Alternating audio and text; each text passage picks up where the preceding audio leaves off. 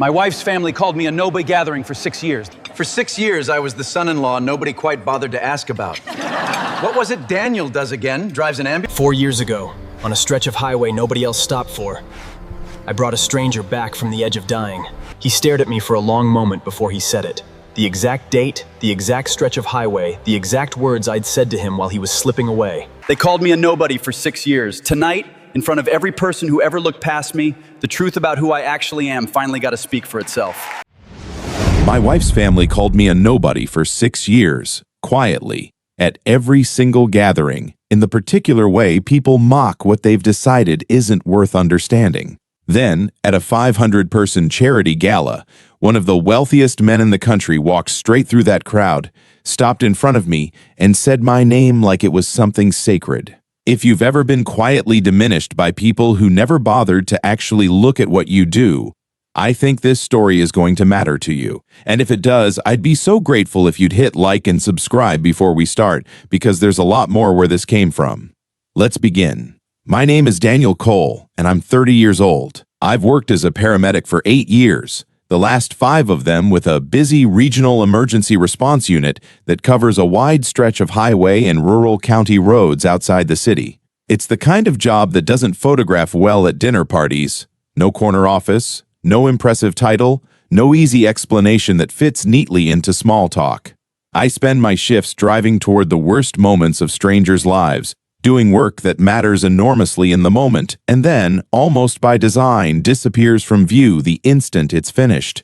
You save someone's life on a Tuesday night, and by Wednesday morning, you're back at the station restocking supplies, and the person you saved has usually already forgotten your face because they were unconscious or in shock, or simply too grateful and overwhelmed to properly register you as anything more than a uniform doing its job. I met my wife, Grace, 9 years ago in a completely unremarkable way. A mutual friend's birthday party, a conversation about nothing in particular that turned into a conversation about everything. Grace comes from a different world than the one I grew up in. Her father, Richard Ashford, built a successful commercial real estate firm over 30 years, and her family moved in social circles defined by country club memberships, charity board seats, and the particular, understated confidence of people who have never had to seriously worry about money. Grace herself never cared about any of that in the way her parents did. It was one of the first things I loved about her, the way she seemed genuinely unimpressed by the trappings she'd grown up inside. But her family was a different story entirely. I want to be fair here, because I don't think the Ashfords are cartoonishly cruel people.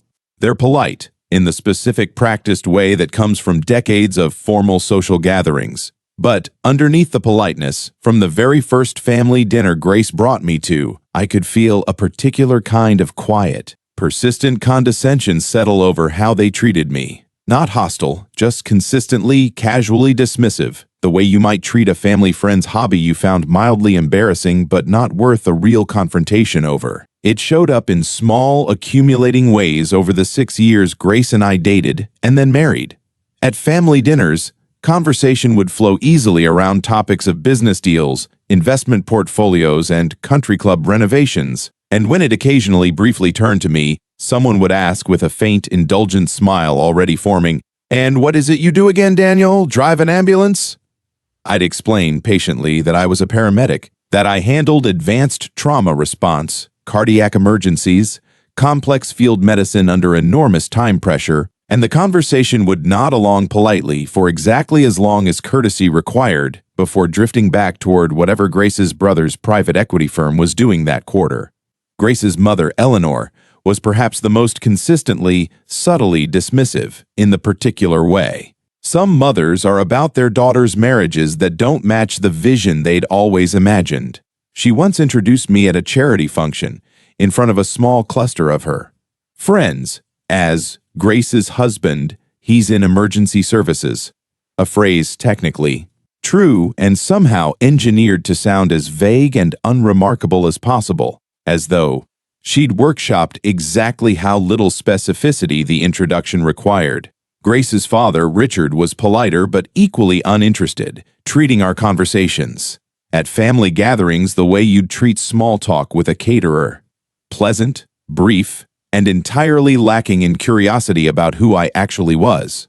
Underneath the uniform he clearly imagined defined the whole of my existence. I absorbed all of this quietly for 6 years, partly because I genuinely loved Grace enough to prioritize peace over confrontation, and partly because some part of me had made an uneasy peace with the specific invisibility of my job. Paramedic work is by its nature largely unwitnessed by the people whose lives it saves. I'd long ago accepted that the value of what I did would rarely be visible to people who hadn't personally needed it, and I told myself most days that this was simply the quiet, unglamorous cost of meaningful work. 4 years ago, on a rainy Thursday night in October, I responded to a single-vehicle accident on a stretch of rural highway about 20 minutes outside the city. A driver who'd hydroplaned on a curve and struck a guardrail hard enough to send his car into a partial roll. When I arrived, the man was in cardiac arrest, his pulse gone entirely, his breathing shallow and failing. I remember very little about him specifically in the chaos of the moment. An expensively dressed man in his 50s, silver-templed, the kind of detail your brain registers and discards instantly when you're focused entirely on keeping someone's heart beating. I performed CPR on that highway shoulder for almost 6 minutes, longer than most successful resuscitations, well past the point where statistics would have told me to expect a different outcome, and when his pulse finally returned, faint and unsteady but present, I remember the specific, quiet relief of that moment more clearly than almost anything else in 8 years of this work. We transported him to the regional trauma center, and as far as I knew, that was the end of the story. I never learned his name. I never followed up. That's simply how the job works. You give everything you have to a single moment, and then you drive back to the station and wait for the next call, almost never learning how the story actually ends. The gala where everything changed happened this past spring, a large charity fundraiser hosted by the Ashford family's social circle, benefiting a regional children's hospital, the kind of 500-person event held in an elegant hotel ballroom with chandeliers and round tables draped in white linen. An event I attended, as I had many times before, mostly as an accessory to Grace's family obligations rather than someone with any real stake in the evening. I stood near the edge of the room for much of the night, the way I usually did at these events, half listening to conversations about capital campaigns and silent auction items, catching, at one point, the tail end of Eleanor telling a friend, with a small indulgent laugh, that Grace's husband was sweet, but not really our world. It was maybe an hour into the evening when I noticed a small commotion near the entrance, a cluster of people parting, quiet murmurs of recognition rippling through the room, the particular energy that accompanies the arrival of someone genuinely significant. I glanced over out of mild curiosity and saw a tall, silver-templed man in an impeccably tailored suit, making his way through the crowd, shaking hands, exchanging brief pleasantries, clearly someone whose presence carried real weight in this particular social world. I didn't recognize him specifically, though something in his bearing felt distantly, indefinably familiar in a way I couldn't immediately place. What happened next is something I've replayed in my mind many times since. The man's progress through the crowd, which had been smooth and social, unhurried, suddenly stopped. He'd caught sight of me across the room, and I watched his expression shift into something focused and intent, the polite social smile falling away entirely, replaced by an expression of genuine, searching recognition. He excused himself from the small group he'd been speaking with and began walking directly toward me, cutting across the room with a purposefulness that made several nearby conversations pause to watch. He stopped directly in front of me, close enough that I could see his eyes were slightly wet, and said quietly but with unmistakable certainty, "October 14th, the Millbrook Road exit.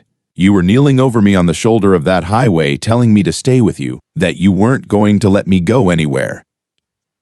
I stood there for a long moment, genuinely stunned, before the pieces started assembling themselves. "You're the man from the accident," I said, my voice coming out unsteady. "The cardiac arrest, the rollover." "My name is Walter Kessler," he said, and something in the name landed with a distant familiarity. I'd heard it before, vaguely, in passing conversation, the way you half-register names attached to significant wealth without fully processing the scale of what they represent. I have spent 4 years trying to find the paramedic who worked on me that night. Nobody at the hospital could give me a name. The trauma team changed at intake, and by the time I was stable enough to ask, the ambulance crew had already rotated to other calls. I hired someone, eventually, to track down the responding unit's records. I found your name 8 months ago. I've been waiting for a reason that felt right to actually approach you, rather than just showing up at your door like a stranger. I want to be honest that I don't fully remember everything said in the next several minutes because the room around us had gone strangely quiet. Several nearby conversations having stopped entirely to watch this unfolding. Exchange between a visibly emotional billionaire. I understood. By then, exactly who Walter Kessler was, the founder of a logistics technology company that had made him one of the wealthiest people in the country, and a paramedic most of that room had spent years treating as a minor. Forgettable footnote to Grace Ashford's otherwise impressive life. Walter turned at one point toward the small crowd that had gathered. Nearby, including, I noticed with a specific, quiet satisfaction, I'm not particularly proud of, but won't pretend I didn't feel, Grace's parents, standing frozen near their table. This man, Walter said, loudly enough for the growing cluster around us to hear clearly, performed CPR on me for nearly 6 minutes on the side of a highway in the rain after everyone else who might have stopped had already decided the storm made it too dangerous to pull over. My cardiologist told me afterward that 6 minutes without effective compressions would have meant permanent, catastrophic brain damage if I'd survived at all. I am alive, completely, fully alive, with my mind entirely intact, because a stranger decided my life was worth staying in the rain for. I watched Eleanor's face during this, and I want to describe it honestly rather than triumphantly, because what I actually felt, watching her expression shift from polite social confusion to a kind of dawning, horrified recalibration, wasn't quite the satisfaction I might have expected after 6 years of quiet dismissal. It was something more complicated. A strange mixture of vindication and genuine discomfort at being suddenly the center of exactly the kind of public attention I'd spent my entire career deliberately avoiding. Walter asked, in front of that entire gathered crowd, if he could formally thank me. Not with money, he clarified quickly, seeming to anticipate and want to specifically head off exactly the assumption I imagine most of that room was making, but with something he'd been planning for months, a foundation grant in my name. Specifically funding advanced trauma response training and equipment upgrades for rural emergency response units like mine, the kind of underfunded, overlooked infrastructure that had, in his words, quietly kept me alive. He'd already begun the paperwork, he explained, expecting simply to send it through official channels once he'd located me, never imagining he'd get to deliver the news in person, let alone in a room full of people who apparently needed to hear it as much as I did.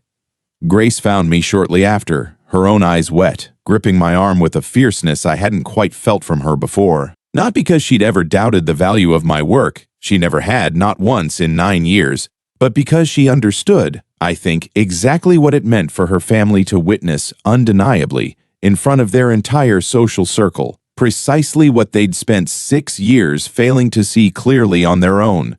Richard Ashford approached me later that evening, after Walter had moved on to other conversations, his own expression carrying something I'd genuinely never seen from him before. Not quite an apology, Richard wasn't built for those, but something adjacent to it, a kind of humbled recalculation. I don't think I ever asked you a real question about your work, he said, which was, from Richard, about as close to an admission as I expected to get. I'd like to sometime, if you're willing. I was willing. In the months since, my relationship with Grace's parents has changed in genuine, if imperfect, ways. Eleanor still occasionally slips into old reflexive social patterns, but there's an attentiveness now that wasn't there before, a willingness to actually ask follow-up questions rather than letting conversations about my work dissolve politely into silence. Richard has become, unexpectedly, one of the Foundation Grant's active supporters, using his own real estate connections to help identify underfunded rural response units that could benefit from Walter's initiative. The closest thing to genuine partnership I think Richard Ashford knows how to offer. I still work the same shifts, still drive toward the worst moments of strangers' lives, still mostly go unrecognized by the people I help because that's simply the nature of the work, and I've made peace, mostly, with the fact that it will likely always be that way.